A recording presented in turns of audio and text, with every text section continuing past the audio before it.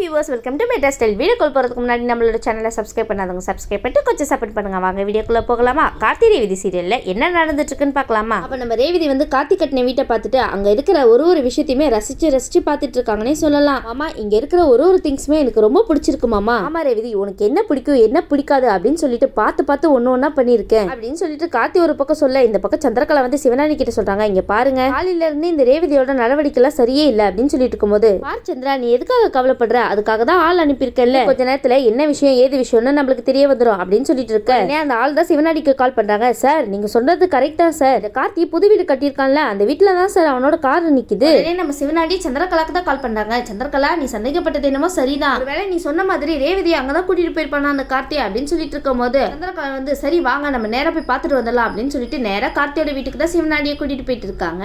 சரின்னு சொல்லிட்டு சிவனாடியை சந்திரகலாவும் வந்து பார்க்க, அந்த கார்த்தியோட காரு அங்கதான் நிக்குதுப்பா. இந்த பக்கம் வந்து நம்ம ரேவதி சொல்றாங்க, சரி மாமா, நான் போய் சமைச்சு எடுத்துட்டு வரேன் உங்களுக்காக அப்படின்னு சொல்லிட்டு இருக்கும்போது கார்த்தி சொல்றாங்க, இங்க பாரு ரேவதி, நீலாம் ஒன்னும் சமைக்க வேணாம், வீட்டுக்கு முதல் தடவையா நீ தான் வந்திருக்க, அதனால என்னோட கையால உனக்கு நானே சமைச்சு தரேன் அப்படின்னு சொல்றாருப்பா கார்த்தி.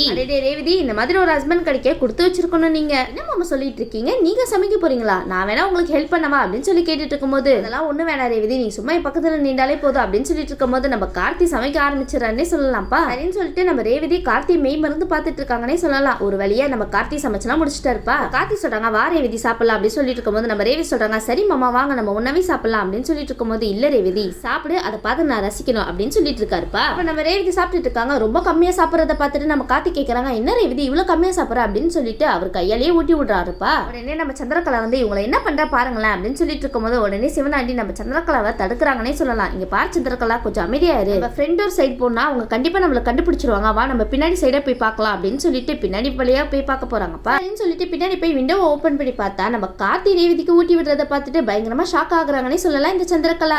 நம்ம சந்திக்கப்பட்டது கரெக்டா போச்சு அப்படின்னு சொல்லிட்டு இருக்கும்போது நம்ம சிவனாடி கேட்கறாங்க, சரி சந்திரகலா இப்போ என்னதான் பண்ண போற அப்படின்னு சொல்லிட்டு இருக்கும்போது நம்ம சந்திரகலா சொல்றாங்க, என்னோட அக்காவை போய் உடனே நான் கூட்டிட்டு வரேன். ரேவதிக்கு எவ்வளவு தைரியம் இருந்தா எங்க எல்லாரையும் நம்ப வச்சு ஏமாத்திட்டு இருந்திருப்பா, அவளை என்ன பண்ற மட்டும் பாருங்க அப்படின்னு சொல்லிட்டு, பாருங்க நீங்க இங்கே இருங்க, இங்கே போயிடாதீங்க, அவங்க ரெண்டு பேரும் இங்க இருந்து எங்கேயுமே வெளியே போயிடக்கூடாது சொல்லிட்டு இருக்கும்போது நம்ம சிவனாடியும் சரி சந்திரகலா நான் இங்கே இருக்க சீக்கிரமா போயிட்டு வா அப்படின்னு சொல்லிட்டு அனுப்பி வைக்க, சந்திரகலா வீட்டுக்கு தான் வராங்க. ஈஸ்வரி கூப்பிட உடனே ஈஸ்வரி கிட்ட சொல்றாங்க, அக்கா ரேவதி எங்க போயிருக்கான்னு உனக்கு தெரியுமா? உடனே நம்ம ஈஸ்வரி சொல்றாங்க, ரேவதி தான் ஃபங்க்ஷன் ஏதோ இருக்கு சொல்லிட்டு போனால, அதெல்லாம் ஒரு மண்ணாங்கட்டி கிடையாது, கார்த்தி அவளுக்காக புது வீடு கட்டினால, வீட்டுல தான் ரெண்டு பேரும் ஜோடி போட்டு ஒருத்தருக்கு ஒருத்தர் சாப்பாடு மாறி மாறி ஊட்டிட்டு இருக்காங்க. பார் சந்திரா, எங்க வந்து என்ன உளறிட்டு இருக்க நீனு? அந்த மாதிரிலாம் என்னோட பொண்ணு ஏமாத்த மாட்டா. அது மட்டும் இல்லாம அவங்க ரெண்டு பேருக்குள்ளேயும் சண்டை நடந்துட்டு இருக்கு, இருக்கும்போது எப்படி இந்த மாதிரிலாம் நடக்கும் சொல்லு? அது மட்டும் இல்லாம நீ வேற யாரையோ பார்த்து சந்தேகப்படுறேன்னு நினைக்கிறேன்.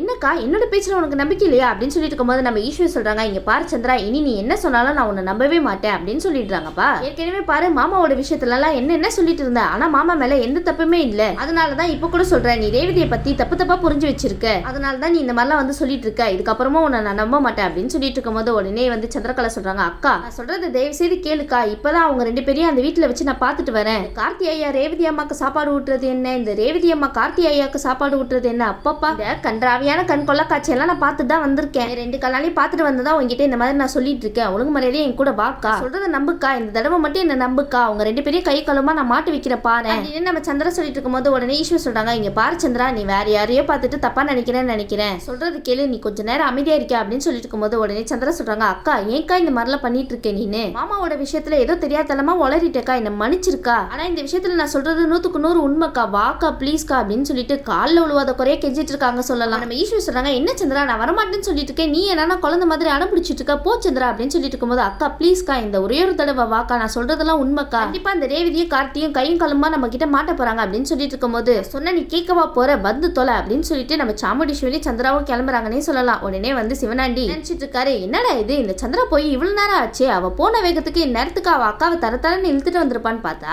நேரம் ஆகி இவங்க ரெண்டு பேரும் இங்க வந்து சேரலையே, ஒருவேளை இவங்க ரெண்டு பேரும் கிளம்பி போயிட்டாங்கன்னா என்ன பண்றது அப்படின்னு சொல்லிட்டு இருக்கும்போது இந்த பக்கம் நம்ம ரேவதியும் கார்த்தி சாப்பிட்டு முடிச்சிடறாங்கன்னே சொல்லலாம். உடனே நம்ம கார்த்தி வந்து அவங்க கல்யாண ஆல்பத்தை தான் காமிக்கிறாங்கப்பா. பார் ரேவதி, இதுதான் நம்மளோட கல்யாண ஆல்பம் அப்படின்னு சொன்ன உடனே நம்ம ரேவதி இதை பார்த்துட்டு ரொம்ப சந்தோஷப்படுறாங்கன்னே சொல்லலாம். அப்ப நம்ம ரேவதி வந்து அந்த போட்டோ பார்த்து கேட்கறாங்க, ஏங்க இந்த போட்டோல எல்லாருமே சந்தோஷமா இருக்காங்க, நான் மட்டும் உம்முன்னு இருக்கேன் அப்படின்னு சொல்லி கேட்க உடனே கார்த்தி வந்து சொல்றாங்க, அந்த கதையை எதுக்கு கேட்கிற நீனு, ஏமாமா என்னாச்சு அப்படின்னு சொல்லி கேட்டுட்டு இருக்கும் போது உடனே கார்த்தி சொல்றாங்க, இங்க பாரு ரேவதி, நீ என்ன கல்யாணம் பண்ணிக்கும் போது இஷ்டமே இல்லாம தான் கல்யாணம் பண்ணிக்கிட்ட, சொல்ல போனா என்ன உனக்கு பிடிக்கவே பிடிக்காது அப்படின்னு சொல்லிட்டு இருக்கும்போது, என்ன சொல்லிட்டு இருக்கீங்க நீங்க, பிடிக்காதா, நான் எப்படி உங்களுக்கு பிடிக்காம கல்யாணம் பண்ணிப்பேன் அப்படின்னு சொல்லிட்டு இருக்கும்போது நம்ம கார்த்தி நடந்த எல்லா கதையுமே பிளாஷ்பேக்கா சொல்லிட்டு இருக்காங்கன்னே சொல்லலாம். உடனே இதெல்லாம் கேட்டுட்டு ரேவதி சொல்றாங்க, என்னங்க சொல்லிட்டு இருக்கீங்க, நம்ம கல்யாணத்துல இவ்வளவு பெரிய விஷயம்லாம் நடந்துச்சா என்ன அப்படின்னு கேட்ட உடனே கார்த்தி சொல்றாங்க, என்ன ரேவதி அது மட்டுமா, உனக்கு என்ன பிடிக்கவே பிடிக்காது, ஆனா அதெல்லாம் ஸ்டார்டிங்ல, அதுக்கப்புறம் என்ன கொஞ்சம் கொஞ்சமா உனக்கு பிடிக்க ஆரம்பிச்சிருச்சு அப்படின்னு நம்ம கார்த்தி சொன்ன உடனே நம்ம ரேவதி கேக்குறாங்க, என்னங்க நீங்க இந்த மாதிரிலாம் சொல்லிட்டு இருக்கீங்க, உங்களை போய் யாராவது பிடிக்கலன்னு சொல்லுவாங்களா சொல்லுங்க, நான் உங்களை இந்த அளவுக்கு கஷ்டப்படுத்திருக்கேனா சாரி அப்படின்னு சொல்லிட்டு இருக்கும்போது உடனே கார்த்தி சொல்றாங்க, இங்க பாரு ரேவதி, எதுக்காக இப்ப போய் இந்த பழைய விஷயத்தெல்லாம் கலரிட்டு இருக்கணும் அப்படின்னு சொல்லிட்டு இருக்கும்போது நம்ம ரேவதி சொல்றாங்க, இங்க பாருங்க மாமா, அவங்க மடியில கொஞ்சம் படுத்துக்கிட்ட அப்படின்னு சொல்லி கேட்ட உடனே நம்ம கார்த்தி வந்து, சரி ரேவதி இதுல என்ன இருக்கு படுத்துக்கோமா அப்படின்னு சொல்றாருப்பா. உடனே நம்ம ரேவதியும் கார்த்தி மடியில தலை வச்சு படுக்க, இந்த பக்கம் நம்ம சிவனண்டி இதெல்லாம் கேட்டுட்டு இருக்காங்கன்னே சொல்லலாம். இன்னொரு பக்கம் என்னடா இது இன்னும் சந்திரகலாவை காணமே அப்படின்னு சொல்லிட்டு யோசிச்சுட்டு இருக்க, இந்த பக்கம் நம்ம சந்திரகலா வந்து ஈஸ்வரி கிட்ட சொல்றாங்க, இங்க பாருக்கா நான் சொல்ற விஷயம் எல்லாம் உண்மை அப்படின்னு சொல்லிட்டு ஒரு 2 கனால பார்க்கும்போது அதுக்கப்புறம் இந்த தங்கச்சியை நீ புரிஞ்சுப்ப அப்படின்னு சொல்லிட்டு இருக்கும்போது நம்ம ஈஸ்வரி சொல்றாங்க, இங்க பாரு நீ தேவையில்லாத வேலை பார்த்துட்டு இருக்கேன்னு நினைக்கிறேன் அப்படின்னு சொல்லிட்டு இருக்கும்போது, அக்கா நீ சும்மா இருக்கா, அந்த கார்த்தியோட வீட்டுக்கு வந்து பார்த்ததுக்கு அப்புறம் உனக்கே எல்லா உண்மையே தெரிய வரும் அப்படின்னு சொல்லிட்டு இருக்கும்போது இந்த பக்கம் நம்ம சிவனாடி நினைக்கிறாங்க, கார் சவுண்ட் கேக்குது ஒரு வேலை 2 பேரும் வந்துட்டாங்களோ அப்படின்னு சொல்லிட்டு, ஐயோ நம்மள இந்த ஈஸ்வரி பாத்திரக்கூடாது, அதுக்கப்புறம் நம்ம கதையை முடிச்சு விட்டுவாளே அப்படின்னு சொல்லிட்டு ஒளிஞ்சிட்டு இருக்காங்கன்னே சொல்லலாம். இந்த பக்கம் நம்ம சந்திராவும் ஈஸ்வரியும் நம்ம கார்த்தியோட வீட்டு வாசல்ல தான் வந்து நின்றுட்டு இருக்காங்க. இதுக்கப்புறம் பாருக்கா என்ன நடக்க போகுது ஏது நடக்க போகுதுன்னு உனக்கே புரியும் அப்படின்னு சொல்லிட்டு இருக்காங்க இந்த சந்திரகலா. இந்த பக்கம் காலிங் பெல் அடிக்க உடனே கார்த்தி ரேவதி பேசுறாங்க, யாருங்க இந்த நேரத்துல காலிங் பெல் அடிக்கிறா அப்படின்னு சொல்லிட்டு போலாம் அப்படின்னு சொல்லிட்டு ரேவதி போகும்போது உடனே ரேவதி தடுக்கிறாங்கன்னே சொல்லலாம். இங்க பாரு ரேவதி இந்த வீட்டுக்கு யாரும் வர போறது கிடையாது, யார் காலிங் பெல் அடிக்கிறான்னு தெரியலையே அப்படின்னு சொல்லிட்டு நம்ம கார்த்தி ஜன்னல் வழியா பாக்குறாங்கன்னே சொல்லலாம். வெளியே பார்க்கும்போது தான் நம்ம கார்த்திக்கு தூக்கி வாரி போடுச்சுன்னே சொல்லலாம். வெளியே இந்த ஈஸ்வரி சந்திரகலாவும் நின்றுட்டு இருக்கிறதா பாக்குறாங்கப்பா. உடனே நம்ம கார்த்தி வந்து ச்சே அப்படின்னு சொல்லிட்டு இருக்கும்போது ரேவதி கேக்குறாங்க, என்னச்சு மாமா அப்படின்னு சொல்லிட்டு இருக்கும்போது, இங்க பாரு ரேவதி உன்னோட அம்மாவும் உன்னோட சித்தியும் தான் வெளியே நிக்கிறாங்க அப்படின்னு சொன்ன உடனே ரேவதிக்கு தூக்கி வாரி போடுச்சுங்க பாருங்க.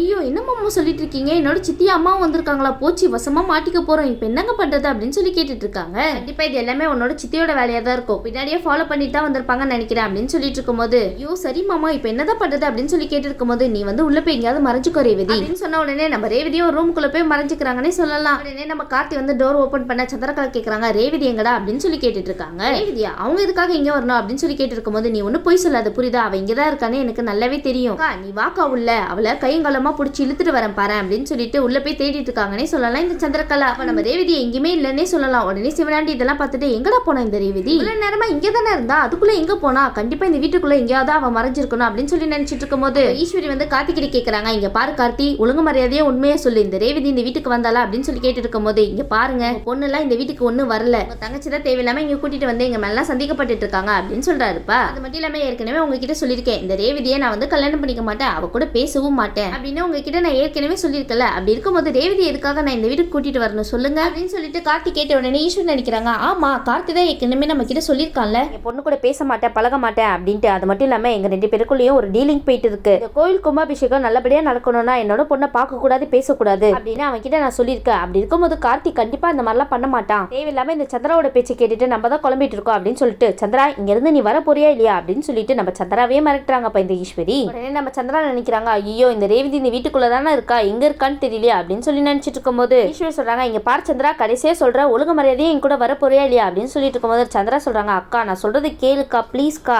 ரேவதி இங்கதான் எங்கேயும் மறைஞ்சிருக்காக்கா, பாரு சந்திரா இதுக்கு மேல ஒரு வார்த்தை பேசினேன்னு வச்சுக்கோங்க ஓங்கி ஒரு அறதான் விட போறேன் நானு அப்படின்னு சொல்லிட்டு இருக்காங்கப்பா.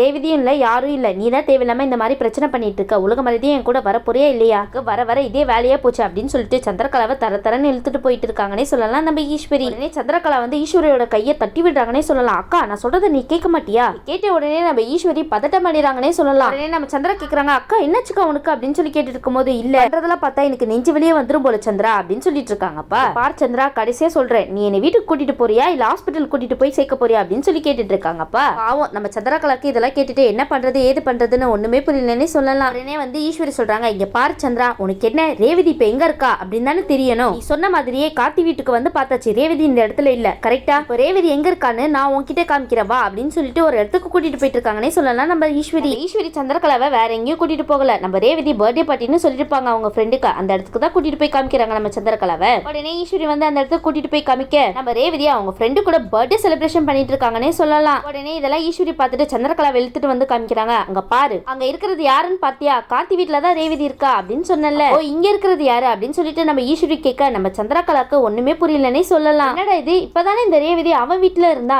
எப்படி அதுக்குள்ள இங்க வந்தா அப்படின்னு சொல்லிட்டு மண்டிய போட்டு குழப்பிட்டு இருக்காங்கன்னே சொல்லலாம். ஒரு வகையில இந்த சந்திரகலாவை எல்லாரும் சேர்ந்து பைத்தியக்காரங்களா ஆக்கிட்டாங்கன்னே சொல்லலாம். இந்த ரேவதி எப்படி கார்த்தி வீட்டுல இருந்து இந்த பர்த்டே ஃபங்க்ஷன்ல வந்து கலந்துக்கிட்டாங்கன்னு வெயிட் பண்ணி பார்க்கலாம். இந்த வீடியோ உங்களுக்கு பிடிச்சிருந்துச்சுன்னா மறக்காம மெட்ரஸ் ஸ்டைலில் லைக் பண்ணுங்கள், ஷேர் பண்ணுங்கள், சப்ஸ்கிரைப் பண்ணிவிடுங்க. தேங்க்யூ.